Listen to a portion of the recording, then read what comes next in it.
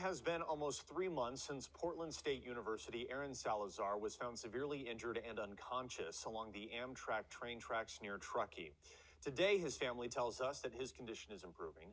Elizabeth Olvera is live in the newsroom after speaking with his cousin. And Liz, he still has a long road to recovery. Yeah, Landon. Well, his doctors are amazed he's progressed as much as he has so far, considering the extent of those injuries. They're hopeful he'll be able to speak again eventually, but his family says they're still not satisfied with the investigation so far.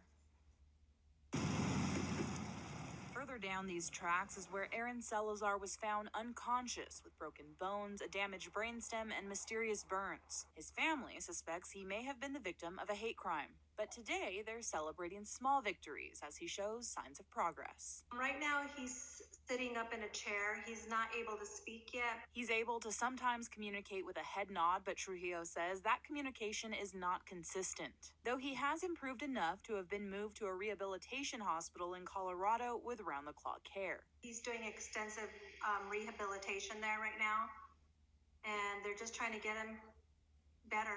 He's also able to eat solid food now, like his favorite, macaroni and cheese. But with Salazar still unable to speak for himself, Trujillo says Amtrak has left them with more questions than answers. Communication has been poor. She says she's not been able to talk with Amtrak detectives since the end of May. When she tried to do so in June, she says Amtrak had an attorney call her back instead. I think it's odd that we're having to deal with an Amtrak attorney instead of dealing with the detectives that are investigating. In May, Amtrak said Salazar may have jumped off of the train, adding that he told other passengers he was facing, quote, life challenges, something the family has continuously refuted. But Amtrak maintains there's no indication of criminal activity at this point. In a statement Monday, they added, quote, the investigation remains open pending any new information or the opportunity to interview Mr. Salazar, end quote. Still, the family remains hopeful for a full recovery. Trujillo says it's been a miraculous one so far, according to his doctors. They actually were calling him Superman because he's done more than,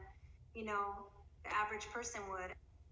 We asked Amtrak if it's common for the family to hear from an attorney rather than detectives. Amtrak told us that it does vary on a case-by-case basis. To see their full statement, you can visit our KTVN News app. Covering the story at Live in the Newsroom, Elizabeth Olvera, Channel 2 News.